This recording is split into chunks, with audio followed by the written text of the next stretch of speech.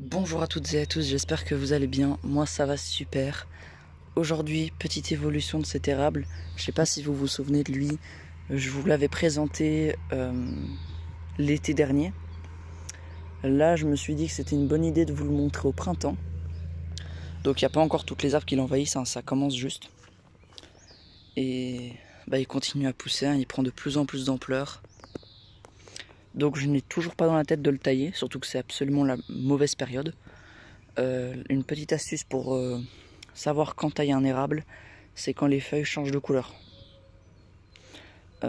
Donc vers fin septembre, début octobre, quand les feuilles commencent à changer de couleur, ça veut dire, c'est le signal que la sève est descendue ou est en train de descendre dans les racines.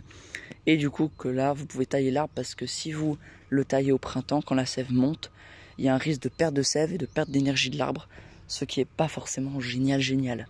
Mais vous pouvez toujours le faire, mais c'est moins bien pour l'arbre, quoi. Surtout qu'il a besoin d'énergie pour refaire des très beaux rameaux. Voilà. Donc, en été, on voyait pas très bien son tronc. Là, on peut le voir un peu mieux, du coup. Bon, en hiver, c'était encore mieux. On peut voir qu'il grossit vraiment bien. Il est bien rectiligne. On voit aussi qu'il y a une branche. On dirait un peu que c'est un deuxième tronc, là derrière. Donc c'est un peu une fourche, même si ce n'en est pas vraiment une. Sinon, il s'est bien développé ici. Là, il y a une branche qui est partie.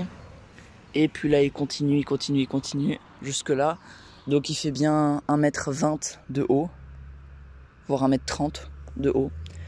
Donc c'est vraiment pas mal sur environ quasi 2 mètres de large. La branche la plus éloignée de l'arbre, c'est celle-ci, je pense.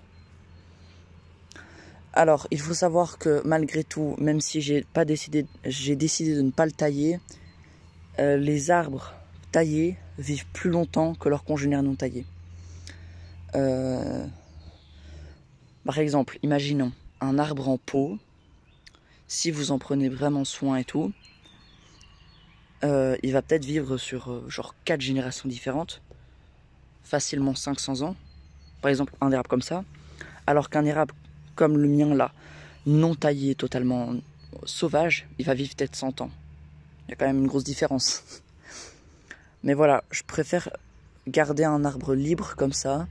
Surtout que, vous voyez, hein, il kiffe vraiment sa vie. Comparé à un charme que j'ai là, je vais vous le montrer. Donc ce charme, je le taille vraiment sévère chaque année. Il le supporte très bien, il me fait des rameaux de 1 mètre chaque année quasiment. Et on peut voir à la base, hein, son tronc est vraiment beaucoup plus gros. Et vraiment, il produit beaucoup plus de bois, mais moins épais. Un arbre sauvage, comme il a des branches dont l'humain ne taille pas, ces branches vont être de plus grosses, plus lourdes. Du coup, il va générer plus de matière pour supporter cette branche. Du coup, le bois sera plus épais.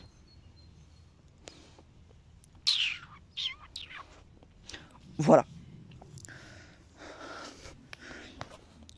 Ouais. On retourne à l'érable. Et on le voit qu'il y a des orties partout autour, hein. Alors ça, j'ai pas vraiment fait exprès de le mettre là. Parce que quand il y a des orties, ça veut dire que la terre est bonne. J'ai pas fait exprès de le mettre là. Mais bon, je l'ai mis là. Et peut-être qu'un jour, quand par exemple ce prunier là, ou ce pommier va mourir, peut-être que quand le pommier va mourir, on va déterrer la motte, prendre la motte et la remettre au pommier pour le remplacer. Ça peut être un exemple. Peut-être que quand je vais quitter la maison, j'aurai ma maison à moi, mes parents vont l'enlever, peut-être qu'ils vont faire autre chose, peut-être qu'ils vont le tailler, peut-être qu'il va mourir avant ça, hein, peut-être qu'il va mourir l'année prochaine par un parasite, j'en sais rien du tout.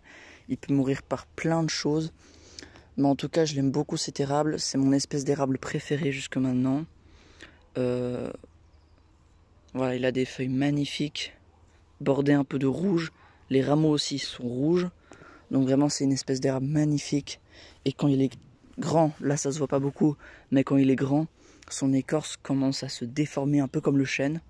Et je trouve ça vraiment superbe, donc c'est vraiment une espèce d'érable incroyable. Si vous êtes attentif, vous verrez que c'est la même espèce d'érable que j'ai en bonsaï. Je vous l'avais montré sur ma chaîne secondaire.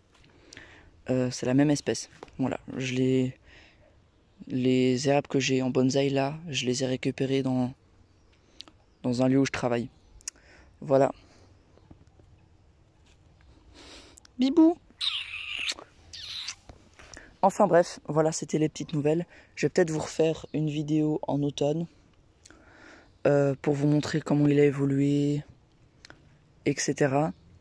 Dites-moi si vous voulez... Non, rien. De toute façon, il n'y a rien d'intéressant. J'allais dire, dites-moi si...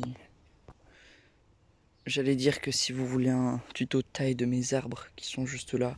Mais bon, c'est pas intéressant. Mais bref. Allez, moi je vous dis à très bientôt. Dites-moi si vous voulez le revoir en automne. Moi je vous dis à très bientôt. Ciao ciao.